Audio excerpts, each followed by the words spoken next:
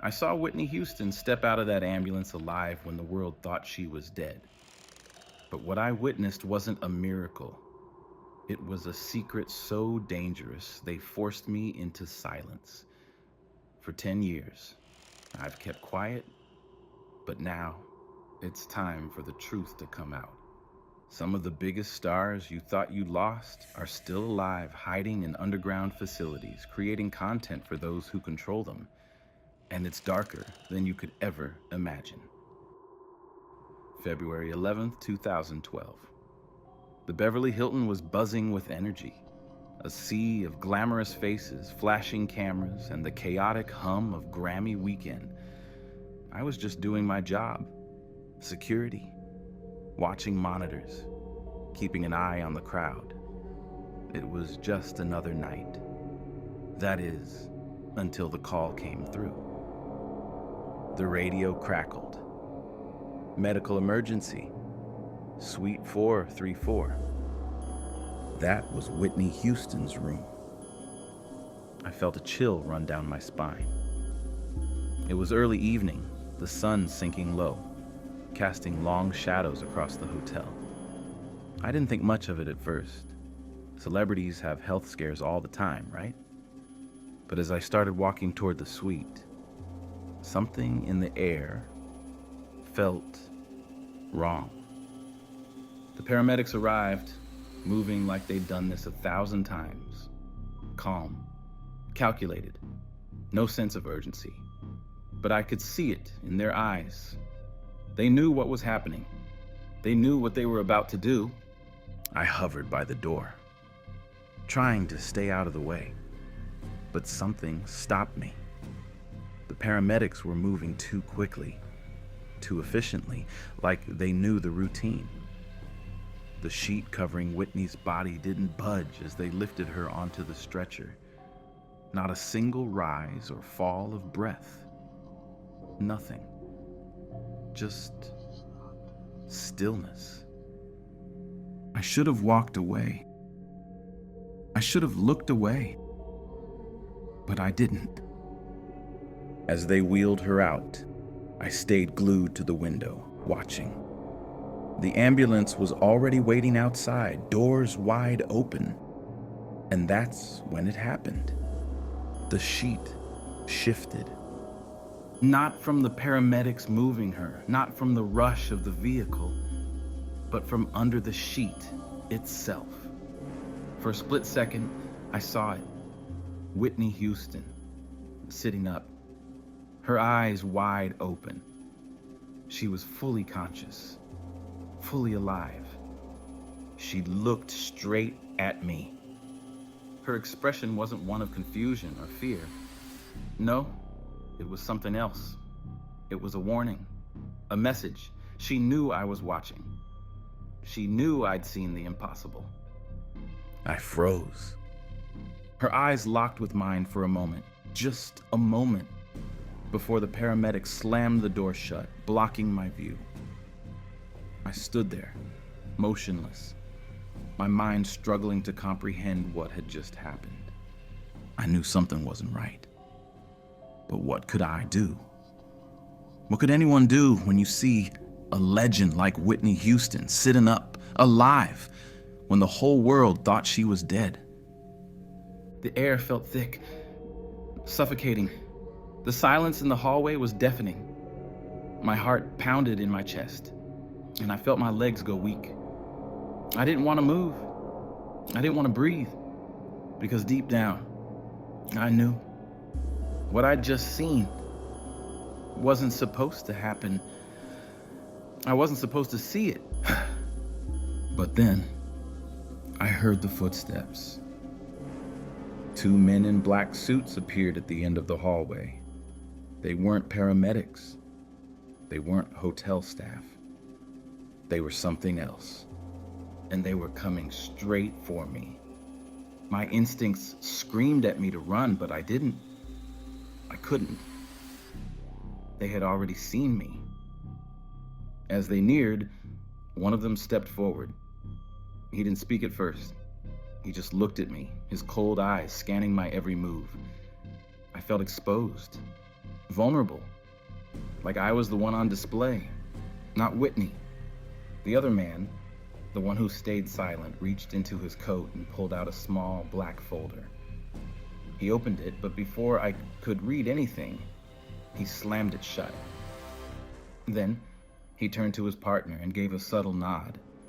"Come with us," the first man said. I didn't argue. I didn't question. I followed them down the sterile hotel corridors, my mind still racing, trying to process what I had just seen. Whitney Houston, alive? It didn't make sense. It couldn't be possible. But the way the men moved, their calm efficiency, told me that this wasn't the first time something like this had happened. They weren't surprised. They weren't shocked. They were prepared. They knew exactly what to do. And I wasn't supposed to know any of it. We reached a quiet elevator and one of the men punched in a code, unlocking it. The door slid open and we stepped inside. The elevator descended. I didn't know where we were going, but I had a sickening feeling that it wasn't somewhere I wanted to be. As the elevator descended into the bowels of the hotel, I felt the weight of the situation settle over me. What had I just witnessed? Why did they bring me here? The doors opened with a soft chime, and I was led down another hallway, past rooms that didn't look like hotel rooms. The walls were too cold, too clinical, the lighting too harsh, and the silence, it was suffocating. The men stopped in front of a large steel door. One of them punched in another code, and the door slid open. I stepped inside. The room was bare, almost too sterile. A desk, a few chairs, and a computer. And then I saw her. The woman in black. Handler 12. She didn't look at me. She didn't acknowledge my presence at first. She just stared at the computer screen, typing something with a practiced speed. The men stood to attention, waiting for her to speak. Handler 12 turned to me then, her eyes cold, unfeeling. She said only one thing. "You've seen something you shouldn't have." I nodded, unable to find my voice. I didn't know what to say. What could I say? She sat back in her chair and crossed her arms. Her gaze didn't leave me. "We're going to make this simple," she said. "You're going to sign this document. You'll join our program, and you'll forget what you've seen. Or we'll make sure you and your family suffer for the rest of your lives." My heart raced. My blood ran cold. I'd seen something I wasn't supposed to see. And now, I was part of something much bigger. Something far more dangerous. Something far darker than I ever imagined. But this was just the beginning. It didn't take long for them to find me. 3 days later, I woke up to the sound of my apartment door being splintered open at 3:17 a.m. The first thing I noticed was the cold air rushing in, a chill that seemed to freeze the very breath in my lungs. I had no time to react before two men in black suits barged in, their faces emotionless, their movements sharp and deliberate. I didn't know what they wanted, but I knew it wasn't good. The silence that followed as they entered was deafening, my heart hammering in my chest, panic rising with every second that passed. My legs felt like lead, but I couldn't move. I couldn't speak. One of the men looked at me. I didn't know him. He didn't look like anyone I'd ever seen, but there was something in his eyes, something cold, calculating. "We need to talk," he said, his voice smooth, controlled. Before I could answer, the second man stepped forward, holding out a file. The same black folder I had seen earlier, the one with the strange symbols and codes that made no sense to me. He didn't open it. He just placed it on the table and stepped back, waiting for me to respond. I stared at it for a moment, then back at the man's eyes. There was no warmth in his expression, no hint of emotion. He wasn't here for a conversation. He was here to deliver a message. "Who are you?" I asked, my voice sounding shaky even to me. He didn't answer. Instead, the door opened behind them and a woman stepped into the room. Handler 12. I'd only seen her once before, but her face was burned into my memory. It was her eyes that haunted me. Cold, detached, like she had no soul. She didn't acknowledge me at first. She just walked past, her steps measured, purposeful. She looked at the men and nodded. "We have a situation," she said, her voice as smooth and emotionless as the men's. "You saw something at the Beverly Hilton that compromises a matter of national security." My stomach dropped. My mouth went dry. The weight of her words hit me like a slap to the face. She was speaking about Whitney Houston, the night I'd seen her alive, the night I'd seen what wasn't supposed to be possible. Handler 12 didn't wait for me to respond. She slid a stack of photographs across the table toward me. My heart skipped a beat as I saw my own face staring back at me. Photos of me taken in the past week, outside my apartment, at my mom's house, walking outside my girlfriend's workplace. "How do you explain these?" she asked, her tone still as detached as before. I was speechless. I wanted to run, to scream, to do anything to make this stop. But all I could do was stare at the pictures. "Do you understand the situation?" she asked, her eyes locking with mine. There was no kindness, no compassion, only an ice-cold certainty in her gaze. She didn't care who I was. She cared about one thing: control. I nodded, but I couldn't find my voice. Handler 12 leaned back in her chair, her fingers tapping rhythmically on the table. She wasn't rushing this. She wasn't in a hurry. She was taking her time, savoring the power she held over me. "Whitney Houston is alive," she said finally. The words felt like a punch to the gut. Her death was staged. The body at the funeral? A sophisticated replica. We needed the public to believe she was gone. It was easier that way. I couldn't process what she was saying. It didn't make sense. Whitney Houston, alive? I saw her in that ambulance. I saw her sit up. But to hear it from her, it was too much, too unreal. "You've been brought here because you saw something you shouldn't have," Handler 12 continued. "And now, you're part of something much larger. Something you can't unsee." I felt a sinking feeling in my stomach. This was no longer about me being an innocent bystander. This was about my life being changed in ways I could never have imagined. "The Celebrity Afterlife program," she said, as if the words had no weight to them, "is an operation designed to manage public figures who've outlived their usefulness in the public eye. They're removed, transferred, and placed into a new life. One where they can continue creating, living without the pressures of fame." I felt my mind start to spin, unable to fully comprehend the scope of what she was saying. "You mean they're alive? They've been living under our noses?" Handler 12 gave a small, almost imperceptible nod. "Yes, and Whitney Houston isn't the first. She won't be the last." I sat there, stunned. My hands were clammy, my pulse racing in my ears. The room seemed to spin around me, the walls closing in. Some celebrities are voluntary, she continued, as if explaining a business transaction. Fame becomes a prison. Drugs, stress, constant scrutiny. Sometimes they choose to leave it all behind.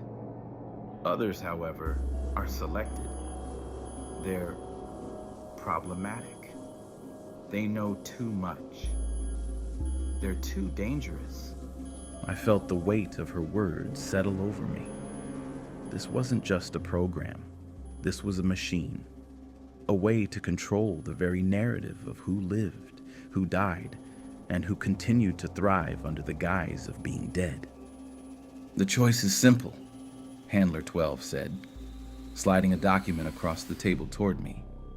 You can join us. Be part of the program. Or you can decline, and we will ensure you and your family's safety is compromised. My throat felt tight. I had no choice. There was no way out. Not now, not after seeing everything. If I refused, if I tried to run, I didn't even want to think about what they'd do. I looked at the document in front of me. It was a simple form, but the weight of it felt like 1,000 pounds. Handler 12's eyes were cold, waiting for my answer. I had no choice. I signed. And in that moment, I knew.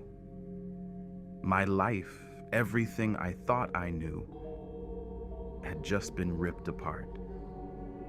The program was far bigger, far darker, and more dangerous than I ever could have imagined. The drive was long, too long.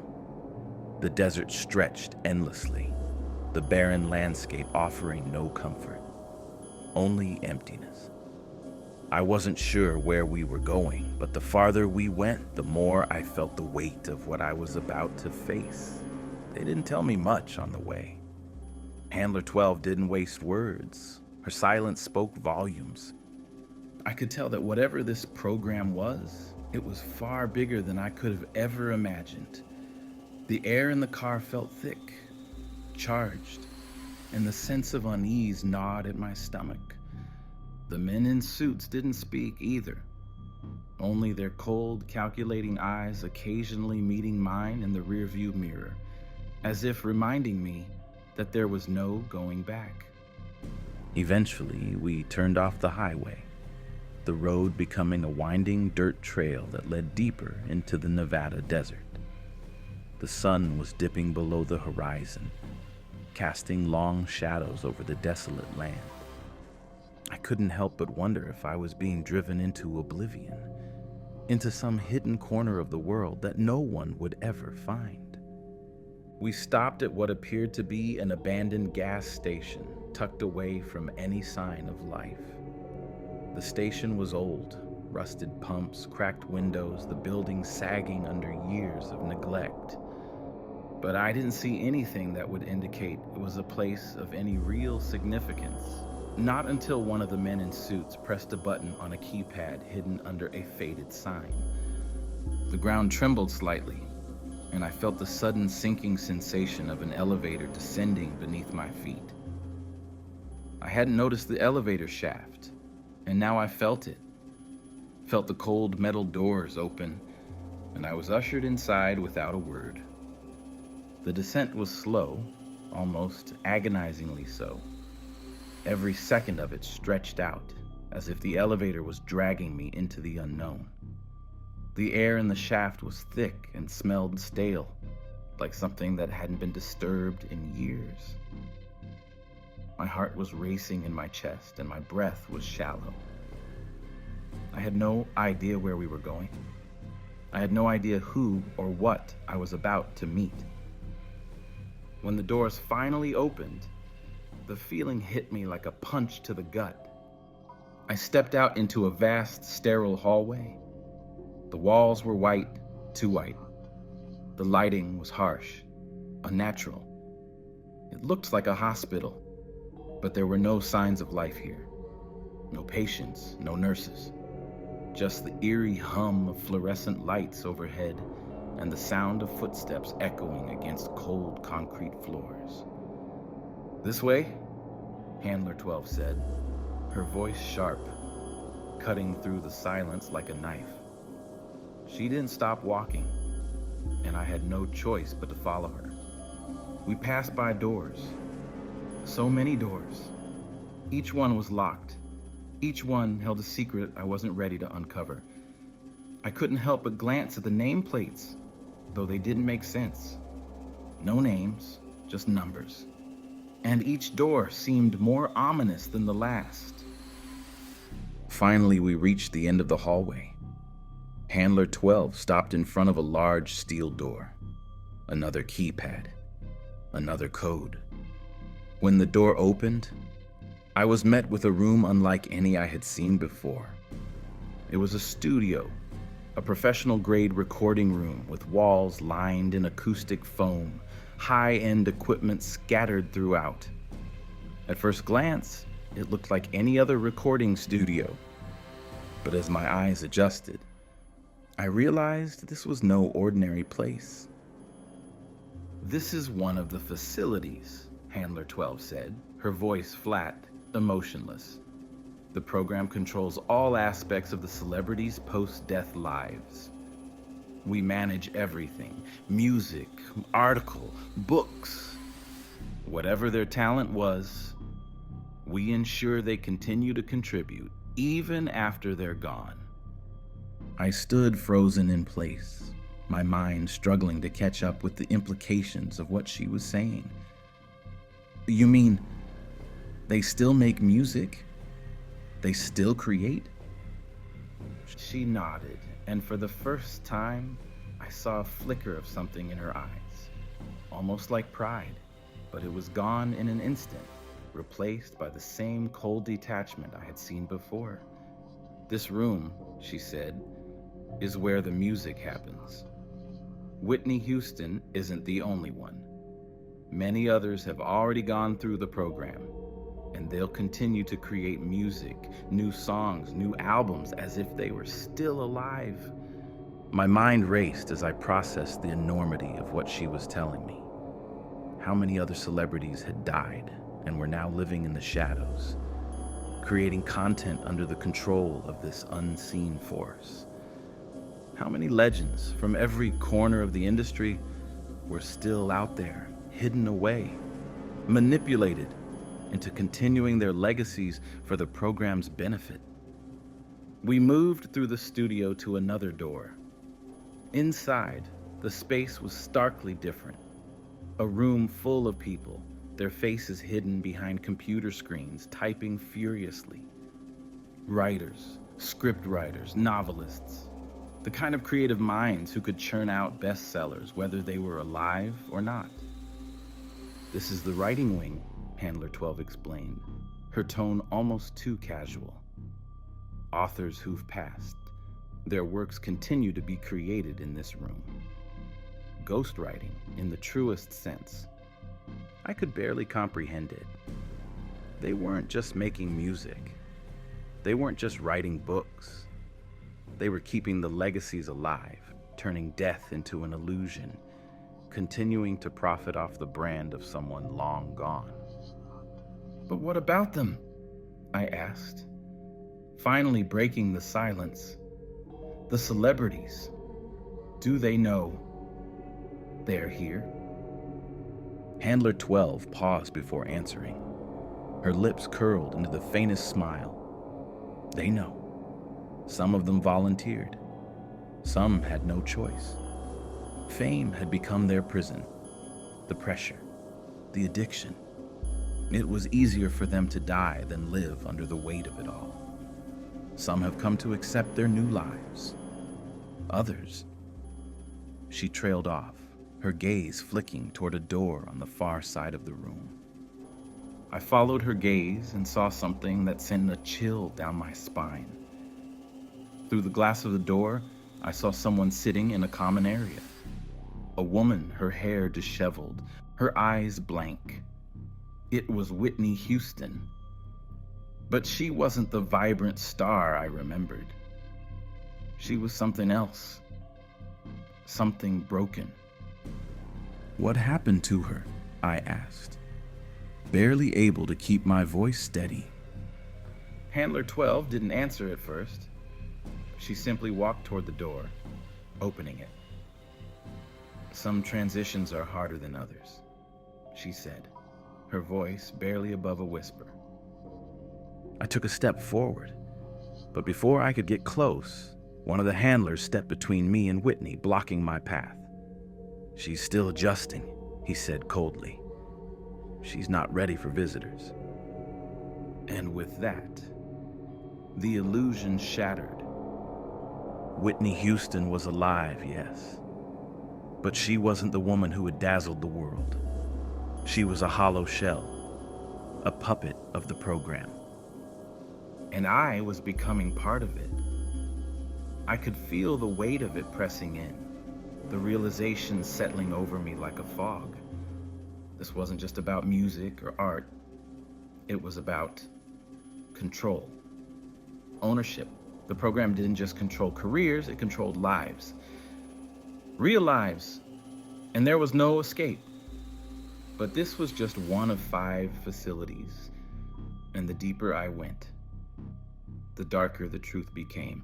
I thought I had seen the worst of it, but I was wrong. What I was learning about the Celebrity Afterlife program was only the tip of the iceberg, and the deeper I went, the darker it became. Handler 12 continued to guide me through the underground complex like a tour guide, explaining the ins and outs of the operation. We walked past more rooms, more facilities, each one designed to serve a different purpose in the program. And each one, as I came to realize, was a cog in a machine that was far more sinister than I could have ever imagined.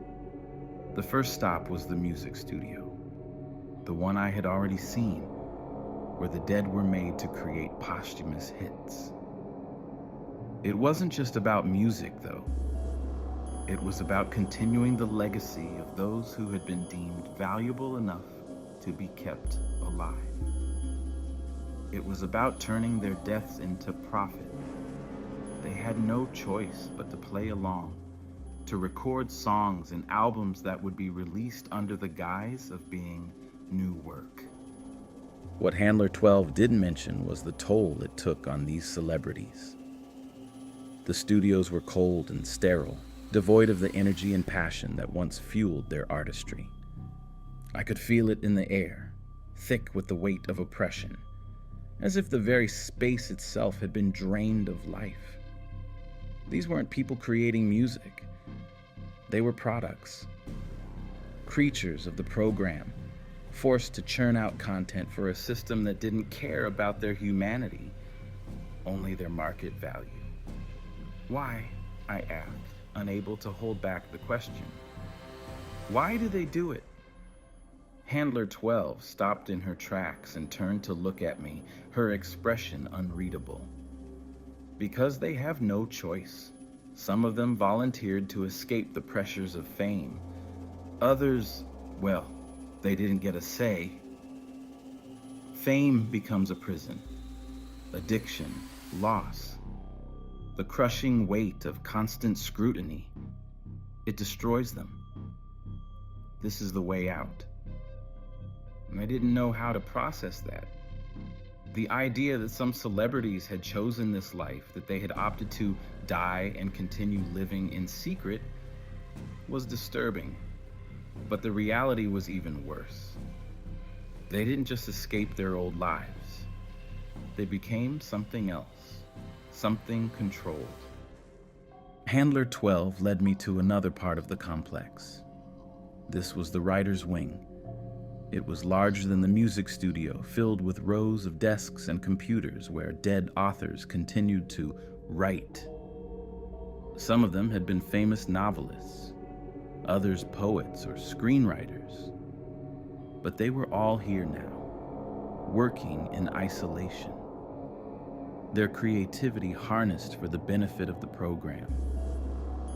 There's a demand for content, Handler 12 explained, her voice devoid of emotion.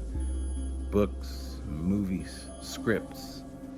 The public wants to consume And it doesn't matter if the creator is alive or not. What matters is that they keep producing. The program ensures their legacy lives on, even after death. I couldn't believe what I was hearing. It was so cold, so methodical. These authors weren't writing for their own joy or artistic expression. They were writing for the program. They were forced to churn out stories that would be sold to the highest bidder. Their words no longer their own. They were nothing more than intellectual property. But it wasn't just about music or literature. There were visual artists, filmmakers, designers. Any creative mind that had been deemed valuable enough to be kept alive, to continue producing work for the program. The system had its fingers in every pie, controlling the narrative of who lived, who died, and who would continue to thrive in the shadows.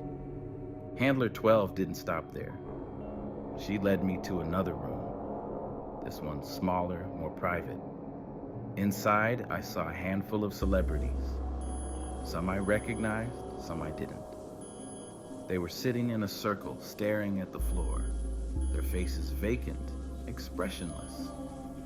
It was like they were shells of their former selves, only their bodies still existed, their minds long gone. "This is the residential wing," Handler 12 said, her voice colder than ever. "These individuals, they didn't adapt to the transition. They couldn't handle it. Some are kept sedated. Others simply lost their will to live. We keep them here. They're not useful, but they're still valuable. Their likenesses, their brand, it's worth more than their actual lives." I felt sick to my stomach as I took in the sight before me. These were people, real, living people, reduced to nothing more than assets, their souls imprisoned by the program. Their identities, their talent, their very humanity had been stripped away and turned into something for profit. It was a horrifying, nightmarish vision of what fame could do to a person. As I looked around, I saw familiar faces, musicians I'd once admired, actors I'd watched in movies. Their eyes were empty, their expressions blank. It was like they were trapped in a never-ending cycle, doomed to exist in this sterile, lifeless environment, forced to play their part in the program's dark narrative. "How long does it go on?" I asked, my voice barely a whisper. "As long as we need them," Handler 12 replied. "Some of them will live in these conditions for years, decades. Others will be transitioned into new identities, new lives. The program never stops. It's always evolving, always adapting." I felt the walls closing in around me. This wasn't just about creating music or art.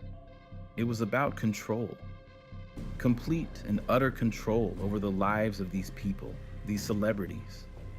They were no longer human beings. They were tools, puppets in a game that nobody outside the program would ever understand. As I stood there, taking it all in, I realized something horrifying. I was now part of this.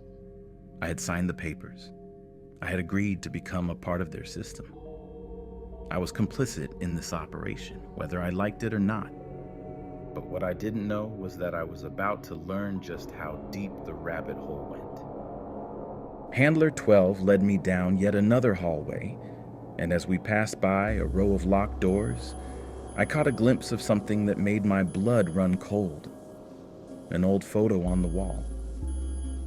It was a picture of a celebrity I'd never expected to see. Someone who had died years ago. Someone who had been erased from the public's memory. The image was faded, but I recognized it immediately. And I realized in that moment that the program's reach was far wider, far more insidious than I could have ever imagined. This wasn't just a small operation. This was a global conspiracy, one that spanned generations. And I was right in the middle of it.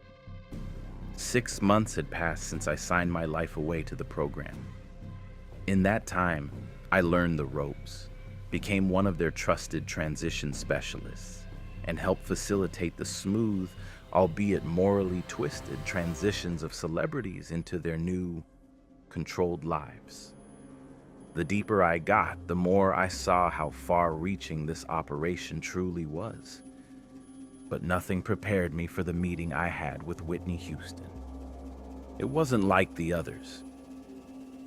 Handler 12 had made it clear that I would be granted a supervised meeting with Whitney, but I wasn't sure what that meant. I had seen her at the facility, vacant, hollow, a shell of the woman who had once dazzled the world. But this was different.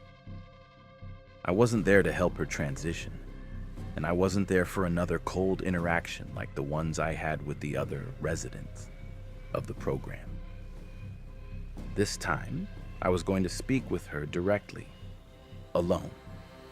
I was led into a small room that was nearly identical to the others I had seen. Stark white walls, a cold metal chair in the center, and a single light hanging overhead. Whitney was sitting at the far end of the room, staring at the floor. For a moment, I wasn't sure if she even knew I was there.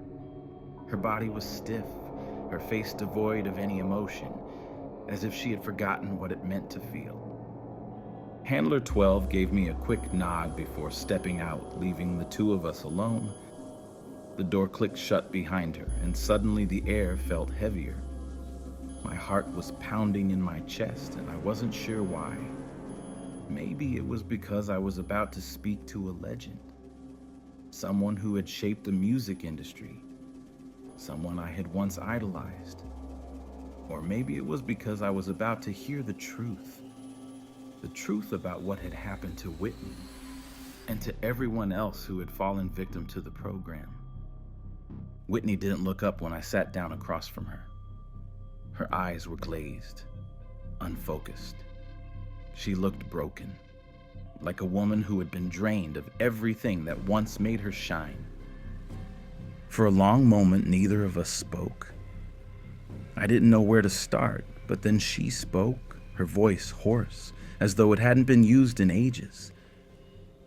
"You're surprised to see me like this, huh?" I nodded, unable to speak. The pain in her voice was enough to tear through the walls I'd built around myself. It wasn't the same Whitney who had graced the stage with her powerful voice. This was someone else, someone who had been reduced to nothing. "Don't pity me," she said, her eyes meeting mine for the first time. There was nothing soft in her gaze, only cold, raw, and anger. "I'm not who you think I am." I swallowed hard. "I don't understand. Why are you here? Why did you fake your death?" Whitney's laugh was bitter. "Fake my death? You think I had a choice in that?" Her words hit me like a slap. I thought I understood the program, but I had no idea how deep it went. I had been naive. I had been part of it, helping it function, without realizing the extent of the horrors it was hiding. She looked away, her eyes distant, as if she was reliving something painful. "You think this was a way out for me? You think I chose this life?" Her voice dropped, filled with raw emotion. "I didn't. But I didn't have a choice. Fame, being in the spotlight, constantly watched, constantly judged. It was eating me alive. So when they came to me, when they told me they could save me, I didn't think twice. I didn't care what it meant. I didn't care if I had to disappear. I just wanted to breathe again. I was stunned. The Whitney Houston I thought I knew, the unstoppable force who had faced adversity and triumphed, was gone. In her place was someone who had been broken by the very system that had made her a star. "But this isn't living, Whitney," I said, my voice barely above a whisper. "You're a prisoner." She looked at me then, really looked at me, as though seeing me for the first time. "I know what you think of me. You think I'm just another celebrity who wanted to escape the spotlight. But you don't get it. What the program does to you, it strips you of everything. You're not a person anymore. You're a product, a brand, a commodity." I sat there, stunned by the weight of her words. I had known the program was twisted, but I hadn't understood just how much it dehumanized those involved. Whitney wasn't just creating new music. She wasn't just living in this underground facility. She was an asset, trapped in a machine that chewed up people and spit them out, drained of everything that made them who they were. "What happened to Bobby Christina?" I asked, the question slipping out before I could stop it. Whitney's face shattered. Her eyes darkened, and her shoulders sagged. She looked like she might crumble to the floor, as though the weight of her own grief was too much to bear. "Don't bring her up," she whispered. "You don't know what they did to her." I felt the air grow cold. I had heard rumors, of course. There had always been whispers about Bobby Christina's fate after Whitney's death. But hearing Whitney speak those words, the raw, broken emotion in her voice, it made everything feel more real, more horrific than I had imagined. "They told her I was dead," Whitney continued, her voice trembling. "They told her I was gone. But she knows. She knows I'm alive. And they've made her live with that knowledge. She's trapped in her own prison, just like I am." The room felt like it was closing in on me. The truth was more terrible than I could have ever imagined. Whitney Houston, the legend, the icon, wasn't living. She was surviving, trapped in a gilded cage, forced to create without ever being seen. "Do you ever regret it?" I asked, the question slipping from my lips before I could stop it. She didn't answer right away. She just sat there, her gaze distant, lost in her own thoughts. "I regret not being able to hold my daughter," she said finally, her voice breaking. "But I don't regret choosing this. Fame, it killed me, piece by piece, and now I don't have to worry about it anymore. But the price is so high." The silence that followed was deafening. "And what about you?" she asked, finally looking at me, her eyes searching my face. "Do you regret signing those papers? Do you regret joining the program?" I didn't have an answer. I didn't know what to say. All I could do was sit there and listen to Whitney Houston, a woman who had once ruled the world, tell me that she had chosen to disappear, to die. The truth, the horrible, painful truth, was that this wasn't a story of redemption. This was a story of survival. And it was just getting darker. But what Whitney told me next would change everything I thought I knew about the program. 2 years passed. 2 years of facilitating transitions, of burying myself deeper into the program's dark underbelly.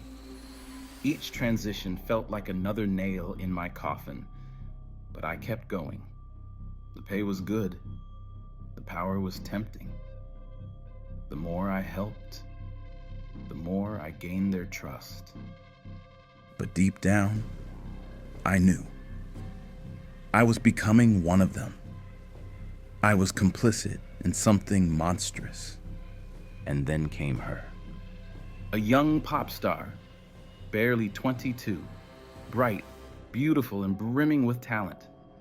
She had everything: a thriving career, millions of fans, a future that seemed limitless.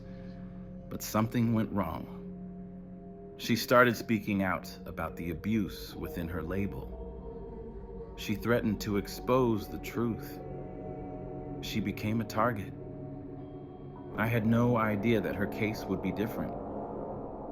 I had no idea that the program would push her into their system. They wouldn't let her escape. I was brought in to facilitate her transition. They told me it was just another tragic overdose, another headline to bury the truth and protect the program's interests. But as I started to review her files, I realized something was off. This wasn't just about fame. This wasn't just another celebrity burned out by the pressures of the industry. This was silencing a whistleblower, someone who knew too much and was ready to expose everything. The file was thick with information: financial records, private messages, press clippings. And buried in the middle of it, I found something chilling: a recorded conversation between the pop star and her manager. She had discovered something bigger than just her own struggles. She had been digging into the program, into the people pulling the strings. I knew then that she was a threat. But the worst part? I had been tasked with making sure she was erased. The program wasn't going to let her live. They would silence her, and they were going to make it look like an accident. That night, I accessed restricted files, hidden away in a system even I wasn't supposed to touch. And what I found was worse than I could have imagined. There were more cases like hers, more celebrities who had been silenced, their deaths staged, their voices shut down by the program's reach. People who knew too much, people who threatened to destroy the illusion. And the truth about the program started to unfold before me. It wasn't just about celebrity preservation or creating content for a ravenous public. It was about control. The program owned these people: body, mind, and soul. Their talents were stolen, their identities erased.